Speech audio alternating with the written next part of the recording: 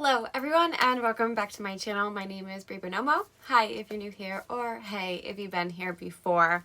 This week we are finally diving into my favorite and least favorite books of 2020. 2020 is officially over and I figured why not just jump right in to talk about all the books that really didn't sit well, didn't resonate with me, overall disappointed me in the past year. Now, this list isn't like books I hated because honestly, I don't really have a strong hatred for a book unless it really offends me. And I will say for the most part this year, I was not offended by any books, which is good. I just was very disappointed for various reasons, either because I was enjoying a book and it took a turn. I was really excited and hyped for the book and it just didn't fill those expectations. Whatever the reason is, I have been pretty much disappointed by these. And there's definitely a few that I could say that could have made the list. For instance, I read a classic, Fyodor Dostoevsky's The Gambler.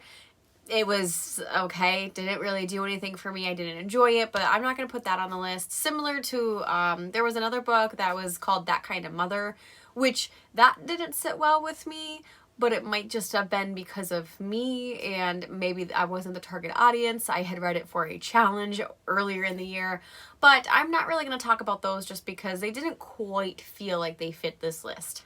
However, I do have 10 books that really did disappoint me. So without further ado, let's just jump into it. The first book that I'm going to talk about on this list is Nerve by Jeannie Ryan or Jeannie Ryan. I'm not sure which one it is. I think it's Jeanne, but Nerve. Nerve is at the number 10 spot on this list. And I put it at number 10 because I didn't really feel like it would be higher on the list. I have been putting this book off for quite some time, but honestly, I don't know why. It's a really, really fast read. It's very short. I think it's even less than 300 pages. It is pretty short. And it's a fun, fast-paced adventure novel where you have a girl who kind of is really nondescript, a boring little mouse, likes theater but doesn't really put herself out there, and she got in trouble from her parents before the events of this book takes place, and she's trying to gain their trust back. But instead of doing any of that, she decides to enter a competition called Nerve, which gives you anonymous dares and expects you to fulfill them while you're being videotaped. And she starts to get into this, but as the book progresses, the dares become very explicit and very personal, and it ends up roping in a lot of people whose feelings she ends up being hurt, and could be a very dangerous situation, essentially. However, there is a movie, and this is going to be one of those rare instances where I would say, read the movie, skip the book. The movie I really enjoyed. I liked the idea. I liked the concept. I thought it was well executed. And the movie was very high pace and action packed. And I liked the two actors that were in it, Dave Franco and Emma Roberts. The book fell into a lot of typical cliches for young adult books. You know, you have the main character who's boring and not that pretty, but yet you have this bad boy love interest who seems to fall in love with her anyway. You have the male best friend who's always been in love with the main character but didn't say anything. You have all of that, and they just weren't really well executed. A lot of the dialogue seemed a little bit too cliche and unrealistic from the characters.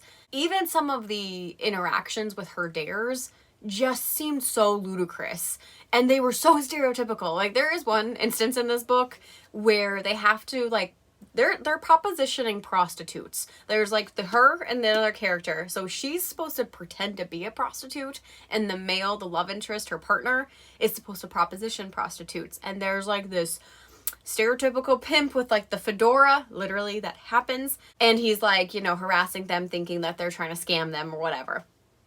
It was just so ridiculous. And I literally wanted to punch both. I wanted to punch everyone in the face most of the time when reading this. So overall, I ended up giving it 3 stars. It was a super easy read, and it as far as writing goes, I mean, it was easy to get through. I had no problem with it. It was just the content was kind of subpar.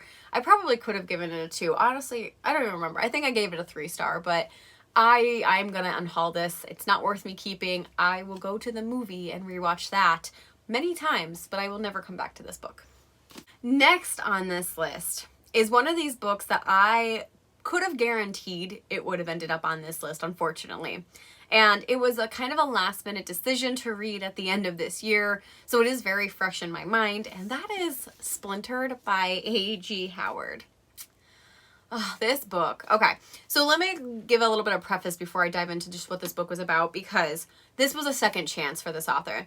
I read Roseblood, I want to say maybe in 2017 by this author, and that was a Phantom of the Opera retelling, and that's how it was marketed, but it was actually a sequel. And I hated every single second of that book. It was one of my, I actually did actively hate that book.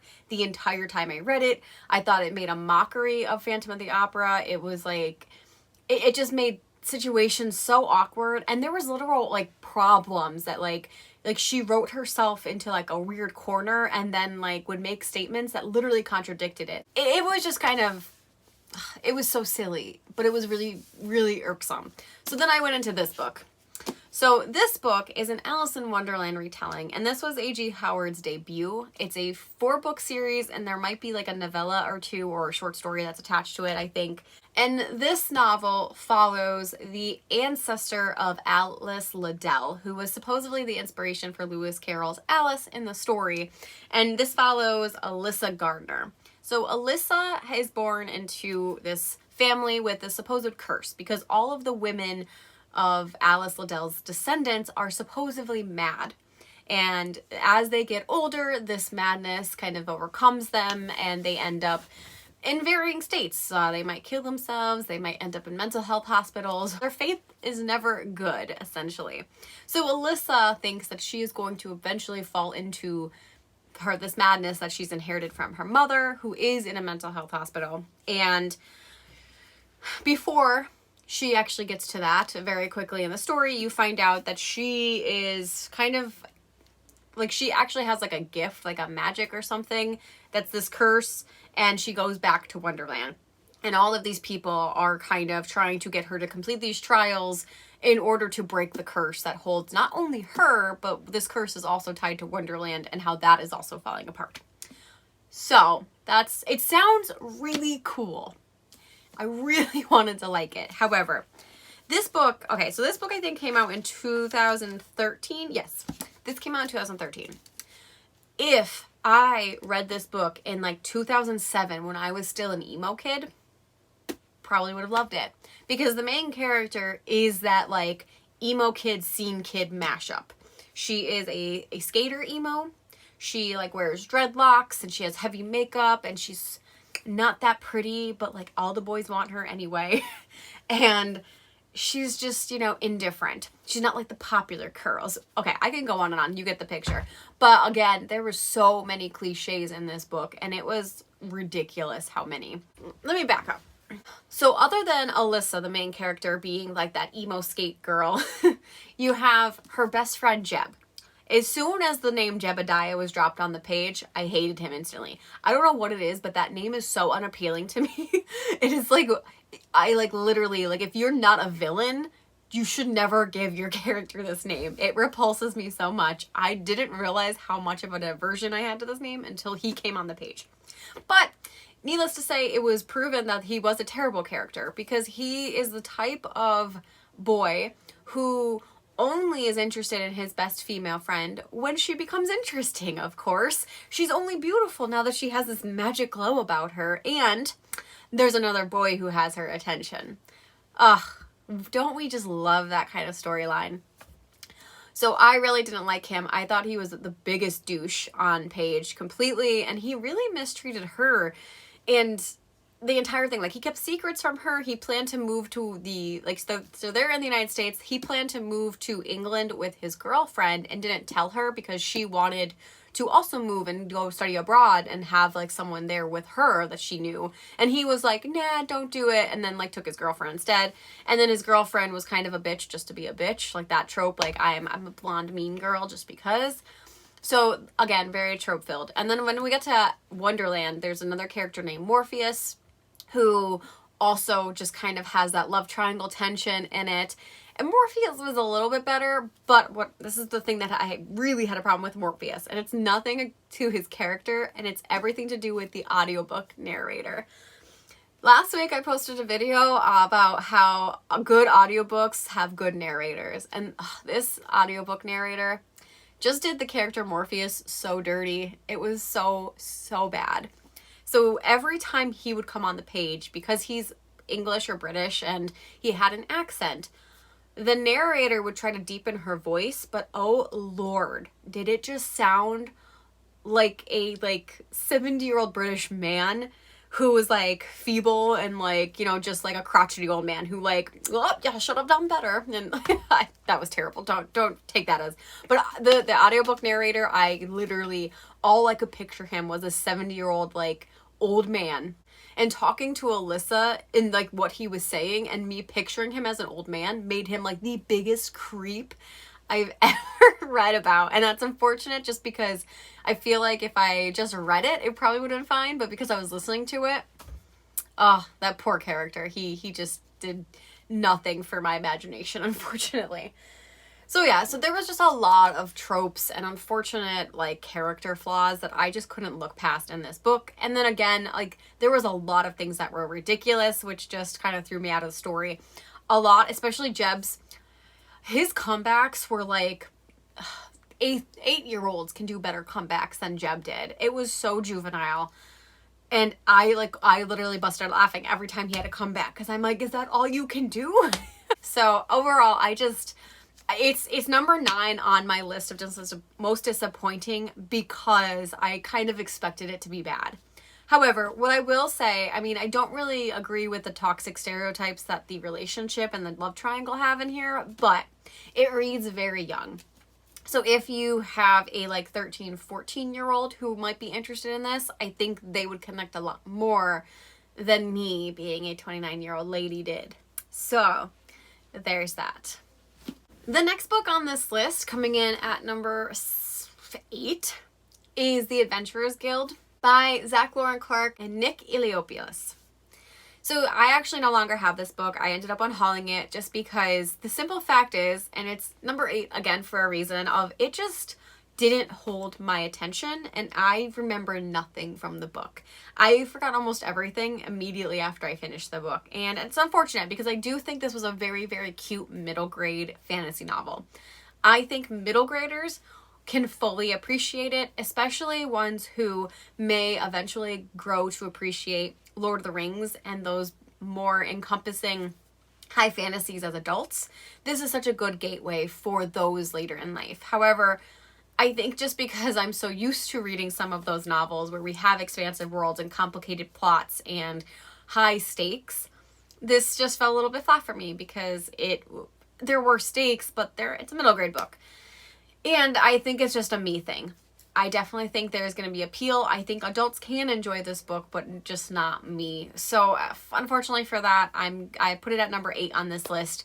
I don't really remember enough. All I know is that it was an adventure where you had these 2 friends who wanted to kind of, there's a whole guild system essentially. And if you can get into a guild, you can better your station. And there's this one guild called the Adventurers Guild that no one wants because they all kind of think it's cursed and no one wants to be a part of it. So you have one friend who wants to try to get to one of the higher guilds and really rise above his station. And the other friend who's just like, I'm just here. And they both get thrown into the Adventurers Guild and they go on an adventure. But that's really all I know. If you have children, I think you probably could pick this up. But for me, it just was disappointing. At number 7 on this list, this one does pain me a little bit to put it on here, but it has to go on here because I only gave it a 2 rating. And that was the Anti-Virginity Pact by Katie Wismer. I never actually owned a physical copy of this. I was fortunate enough to get an advanced copy, and because I really like watching Katie's YouTube channel, which is Kate's Book Date, I was pretty excited to read it. Katie kind of talked about some of the process mostly after the fact, because she kind of dropped that it was going to be published about 2 months before it was, I think. I might be a little off on the timeline, but it was pretty quickly. Like, she was working on this project for several months and then was like, hey, guess what? Secret project, I'm publishing this. So I was kind of excited just because I do really like her channel and I like her work ethic.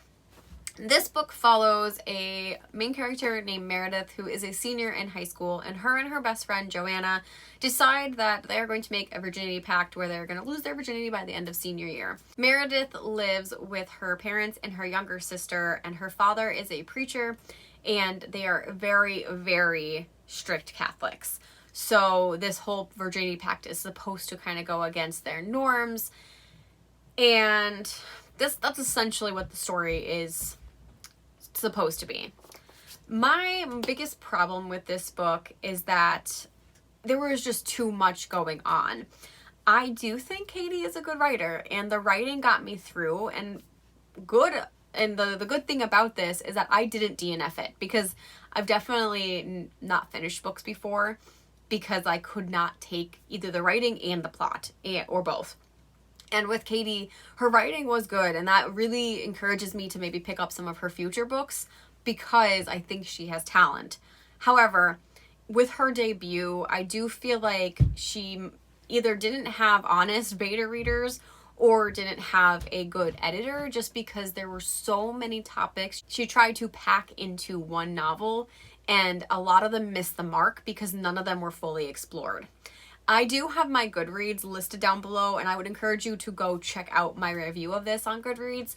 But a few, just to name here, there was a sexual assault plotline that was kind of murky, and really, I'm not sure if it was resolved. There was the whole Virginity Pact itself, which I felt like, because of how the novel was called, really wasn't at the forefront of the novel for the most part. Like, we kind of talked about it in the beginning, and then we kind of came back to it a little bit at the end, but it really wasn't the whole novel itself. And we also had a whole like animal abuse and animal activist plotline, because the main character also worked at a dog shelter. And at one point, her favorite dog at the shelter was bought to be sold into a fighting ring. And then there was a whole plot where they had to go rescue this dog. And that's just 3 of the topics that I touched upon. There was also there's several others, like underage drinking and LGBT issues and stuff like that. So that's what I mean, is that like those are just a few of the many things that were in this book. And because of it, I just really felt that like I never got to really sit down and sit with a concept and read it through.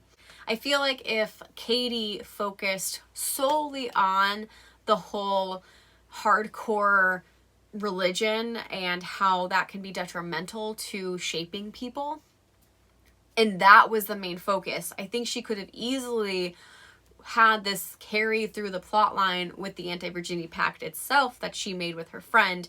And I think she could have had a little bit of that touch upon the LGBT character, because it was someone near and dear to her and very impacting in the story. But that was so skimmed over, and it just was done an injustice, unfortunately. And again, the Anti-Virginity Pact itself, because it's the title of the book, that should have shown more, and that should have been her maybe wrestling with these opinions on, I want to do this because it feels something that I want to do, but yet I have this whole upbringing that tells me it's wrong. And I felt like there should have been more internal struggle with that, and it just really didn't play out. So I don't want to spend too much time because I do want to get through this video, but that was just a really big issue I had with the book, that it really didn't take the time to flesh out one single idea and threw too many in. So I will likely pick up more of Katie's books in the future, but I do not think this one will be something I will ever come back to. Number 6 on this list is The Girls by Emma Cline. This book is on here again, mostly because of how underwhelming it was, which is unfortunate. So The Girls follows a fictitious female character who is looking back on her life as a teenager in California when this fictitious cult was going on. But the cult is very, very obviously all of Charles Manson's, like his farm and all of this, and how he would just lure people in by his charisma and kind of have them end up doing crazy things without him really telling them to. I'm super interested in cults. This is nothing new to me. I'm just fascinated, and I think that's the psychology part of my brain, which is fascinated by how people can like get twisted into something that is very wrong, and most people would know it's wrong, but it sounds so lucrative and promising when you're looking for a missing component in your life. And I thought that this was going to really dive into that, and it did that well, for sure. That, like, you were looking at her from her life as a teenager, and then there's little bits reflecting as an adult where she's kind of like looking back and thinking about this. However, it really was shallow. It didn't go in as far as it could have, and I kind of got what the book was trying to do, but I think it was mostly me being a critical reader and a psychology lover that was able to kind of convey like how this would be, because the main character is just very jaded and just kind of has like no passion, because the one area in her life where she felt like she belonged was completely illegal and wrong, essentially, you know? So it's like she only had that connection and that family with this particular thing in life. So now she's an adult who just still feels lost and hopeless. And give or take, I gave it a 3-star, but I wanted more. Like, I just felt like, unfortunately, with this novel, I don't know why she just didn't use the real life stuff, because you can clearly tell, like, things were pretty much carbon copied. Like, Charles Manson and his cult, this guy and his cult, but none of the names were similar. So it was just kind of like, that was weird to me, because it's like, why would you pretty much take everything from the history books but just change names? I don't know. I don't know if that was a legal issue or not, but it was frustrating as a reader, just knowing that, like, okay, this is Manson, this is this person, this is that event. So I don't know. That was kind of weird. And then I just wanted a little bit more in-depth analysis for the character and her thoughts. And, you know, did she go to therapy for any of this? Honestly, because she is kind of reflecting as an adult, but it's so shallow, and you only get some of those moments where I really wished like she delved into like how this really did change her life and why she's not happy now. So that's my 2 cents on The Girls by Emma Cline. The next book on my list I also unhauled, and I'm pretty devastated to do so, but that was My Calamity Jane by Cynthia Hand, Brody Ashton, and Jody Meadows. I have kind of adored this series since it came out, with My Lady Jane and then My Plain Jane. So My Calamity Jane was the 3rd and final installment in this series, and they're all standalone books, which is partially why I felt okay unhauling it, because they all stand alone. They follow 3 different Janes from 3 different timelines in history. And then My Calamity Jane was literally about Calamity Jane. And I thought I was going to love this book because I am so fascinated by the women of the Old West and how they were pioneers for things that we were still fighting for like years later. So this book essentially follows the story about Calamity Jane and how she ends up joining in with Wild Bill Hickok's Wild West, or whatever I can't remember the actual name, but basically the show that they traveled for that was a real life show. If it was her joining this and finding out that they were a bunch of traveling werewolf hunters. They called them Karoo in the book, and she became a werewolf hunter with her own secret. So that was kind of the quick premise. However, out of all 3 books, I felt like the supernatural tie-in element, because all 3 have these like interesting supernatural quirks about them. This one felt the least natural, and it probably shouldn't have, because I mean, Wild West and gunslinging and werewolves kind of almost make sense, but it just fell very, very flat. I found myself that I didn't give a shit about the werewolf plotline. I almost wish it was just out of the story completely, and I was just learning like history from a fun lens with Calamity Jane, because Calamity Jane is known to be a sharpshooter, as well as Annie Oakley and the Pistol Prince. All 3 of these are characters, and you're in their perspective, and they do a whole heckin' not a lot of gunslinging for a story about gunslingers. It baffled me. It still baffles me. It hurts my soul, because I was so excited for this book. It was on one of my most anticipated 2020 lists, and I just didn't enjoy it. So that is why it's at number 5. I already unhauled it, like I said, so yeah, we really didn't like it. Number 4 on my list also hurts my soul so much, because it was another book that I was highly anticipating this year, and that was Wayward Witch by Zoraida Cordova. This is the third and final installment in the Brooklyn Brouillard series, which follows 3 witch sisters as they are coming of age for their powers at their quinceañeros.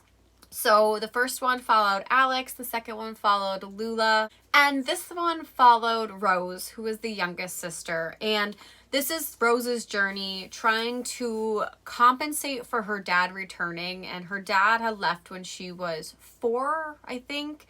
So she really didn't ever know him because she was so young, and then he comes back in her life because they rescue him in the series, and it's her grappling with his return and not like always wanting a father and being disappointed by the one she finally has, and their venture into a fairy realm. I thought I should love this, and it sounds like something I would love. However, I felt that I thought I was going to really like Rose's story because she was kind of a spitfire, and being the youngest, you never know what they're going to pull. But the story just didn't go as deep as I was expecting it to. Despite it being pitched as like a journey towards kind of discovering her relationship with her father and returning to the world that he was captured in for all those years, they weren't on the page together for a long time, and I felt like they really didn't resolve anything themselves. It was kind of like the narrative forced them to feel okay with each other. Plus, there was a kind of a huge plot line for her father that happened in this book that it was pretty big. Like, it was a big deal. And I felt like it was resolved way too quickly. And again, it's not a huge book. So everything in this book just felt so rushed and wasn't drawn out or explained very well for me. So I kind of felt myself drifting. I don't remember this book nearly as much as I remember the other 2, and I enjoyed both of them at the time. So I just felt like the conclusion for this series that I have been loving for the last few years was sorely disappointing. I still think that I love the author. That's not a depiction for her necessarily, but I was just kind of bummed with the direction that this story went in. I will give her more love because she is one of my favorite authors, and I want to read her backlist as well as some of the upcoming books that she has. But this one just missed the mark, and that's okay. It is what it is, and it was just a book that was highly disappointing. Number 3 on my list was a book that I had been anticipating for several reasons, and one of the earliest books that I read in this year. So much so that I'm kind of struggling to remember what exactly happened, what I want to talk about, but we are going to make it work. And that is Blood Heir by Amélie Wen Zhao.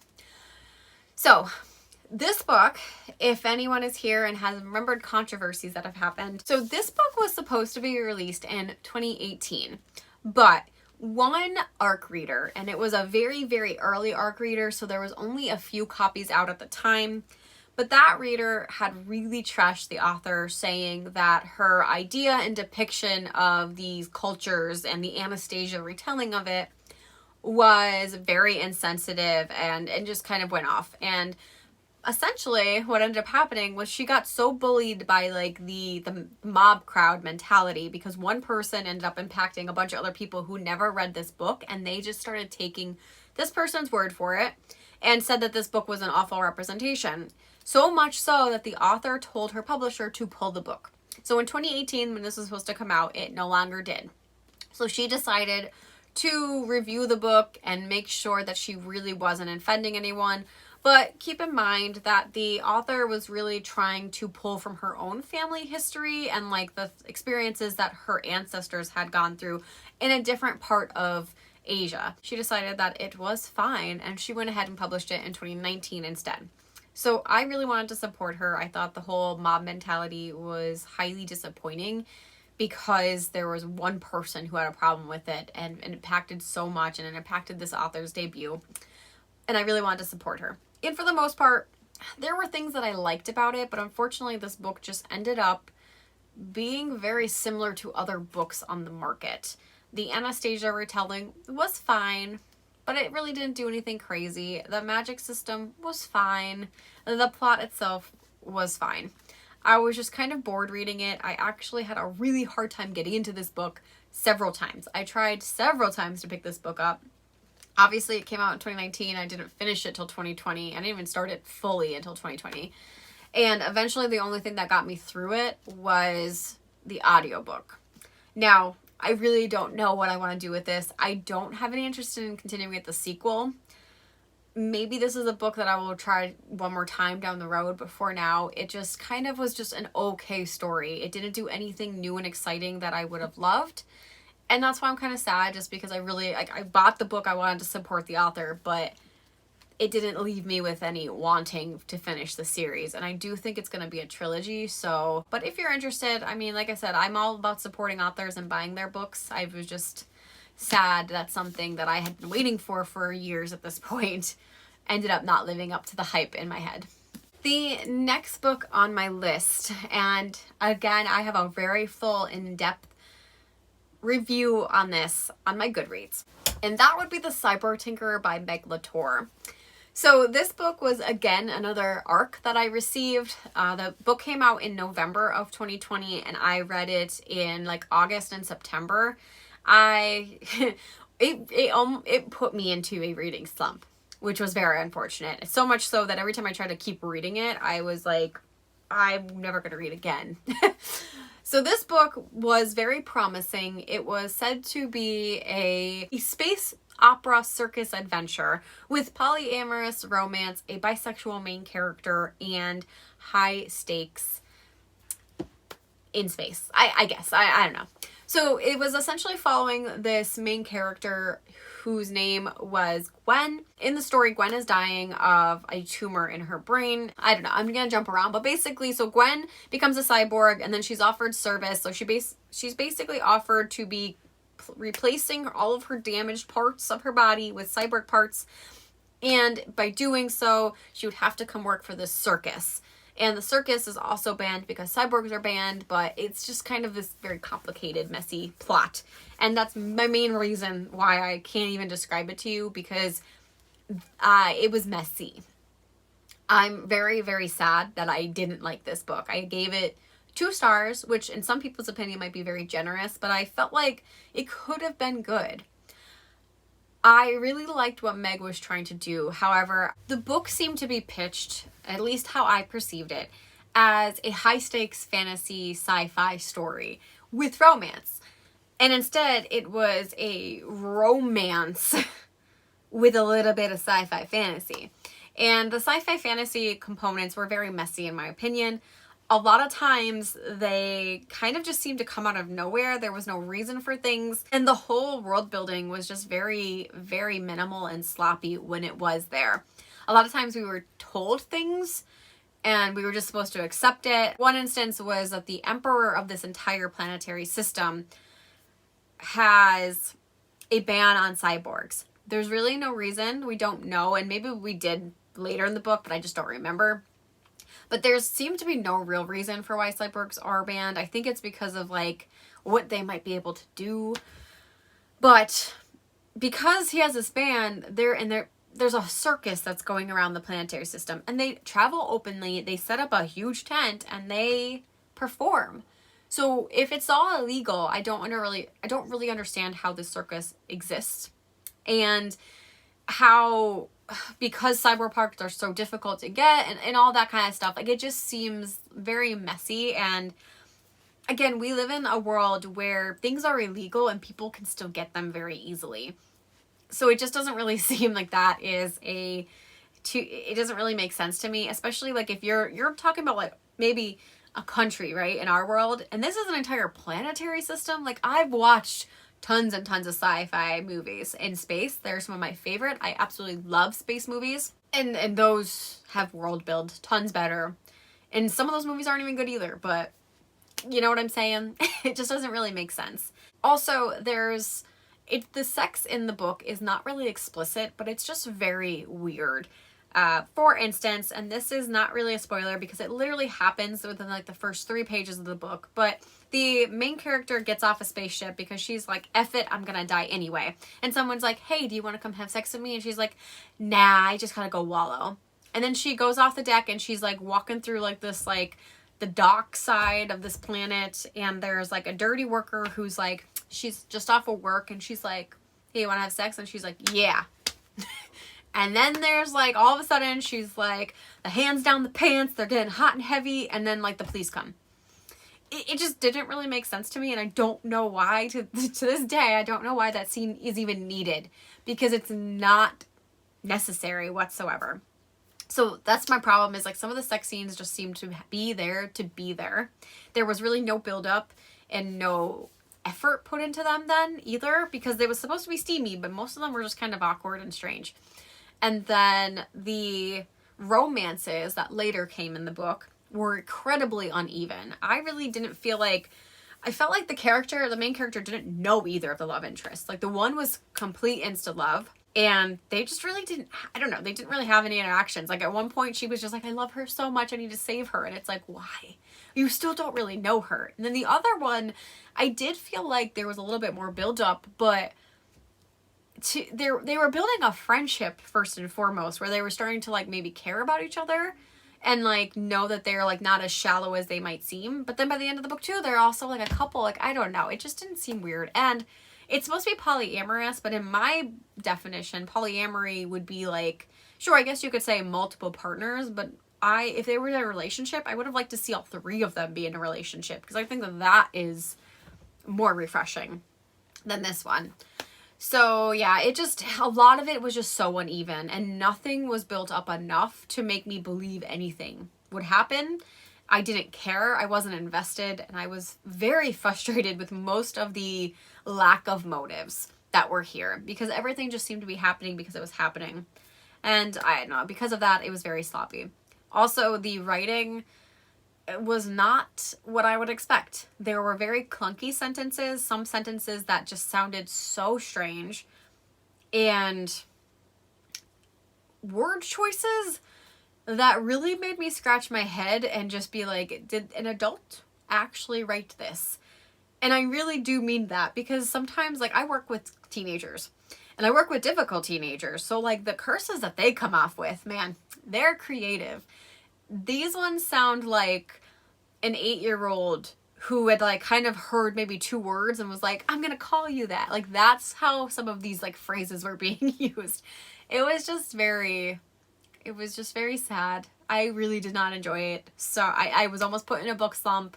I very much had to try to read something else, and it took me way too long.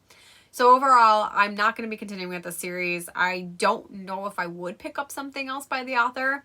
Maybe if she did a different genre completely, like if she maybe went to straight romance without any sci-fi fantasy, maybe then, because I could see maybe where she would have some talent in that, but she would still need a lot of work, I think. And I mean, I don't know. It just could be me. I just feel like, again, you might have had some people pleasers who were like, this is great. And then it could have used some more editing, but it didn't get there. That's just my opinion as another writer/reader, because I really want to make sure that my stuff is edited the crap out of. Like, I know not everyone's going to love everything about a book, but you should really make sure that everything is pretty tight before it goes to publishing, I think. So anyway, that's my rant. We're going to move on. The last book that I was highly disappointed in, my most disappointing book of 2020. I'm so sad about this book, but I very recently ranted about it, so I'm going to try to keep it short. But that was Imaginary Friend by Stephen Chbosky. This follows a 12-year-old boy and a couple other characters in a small town in Pennsylvania, where the mom and her son pretty much kind of abscond from where they had been living, because once his dad died, and his dad seemed to be suffering from some kind of mental health. They don't really say what it was, but possibly it was schizophrenia. I think that was hinted at. Once his dad dies, the mom takes him, and she kind of eventually has another relationship, but that man is kind of abusive, so she absconds, and she's like, we're going to start a new life. So they go to this small town in Pennsylvania, and this town has a history where this like little boy went missing years and years ago, about 50 years ago, and the main character ends up disappearing for 6 days, and when he comes back, he is like a new kid. He knows a lot of things that he shouldn't, and he seems to have some kind of weird powers. And you're following his journey and how they're trying to figure out how he is connected to all of these weird things that start really happening in this town. And some some crazy stuff happens. So I was just very disappointed in this. I will direct you to my November recap because that's where I talked about this more in depth. But basically, for the chunk of this book, I was invested, but I had a hint that it was going to get really religious. And that religious turn I felt cheapened the entire idea of the book. It was pretty much an entire moral chiding at the end. And I was not really a fan of it just because I felt like that wasn't enforced enough throughout the book to have such a cheesy ending. So I was highly disappointed. I really loved the author and the perks of being a wallflower. I do think he could be a good horror writer, but this just was not it for me. I will be getting rid of this book as well. I own both the hardcover and the audiobook. I don't think I will ever return to this book because of how mad the ending made me. But if I ever do, I'm going to listen to it on audiobook because I cannot sit here and read 800 pages of nonsense. So, 2 stars. A generous 2-star because I kind of enjoyed the beginning of the book. And the ending, I hated. So, there you have it, my friends. This has been my 10 least favorite, most disappointing books of 2020. Overall, I mean, this list was kind of lackluster, I think. Even though I did find 10 books that I didn't really care for, I still found that a lot of them on this list I was able to finish and I was able to enjoy at least bits of or components of. So I will say 2020 was a pretty good reading year. In my next video, I will be talking about my 10 favorite books of the year, and I will already give you a spoiler. It was really hard to pick just 10, and it was really hard to rank them. But I did it, so stay tuned for that video, which will be my next one coming out on Friday. And in the meantime, while you're waiting for that one, let me know down below what your least favorite book was from 2020. And if you've read any of the books that I listed in this video, let me know if you also agree that they were disappointing. And until next time, I will see you then. Bye.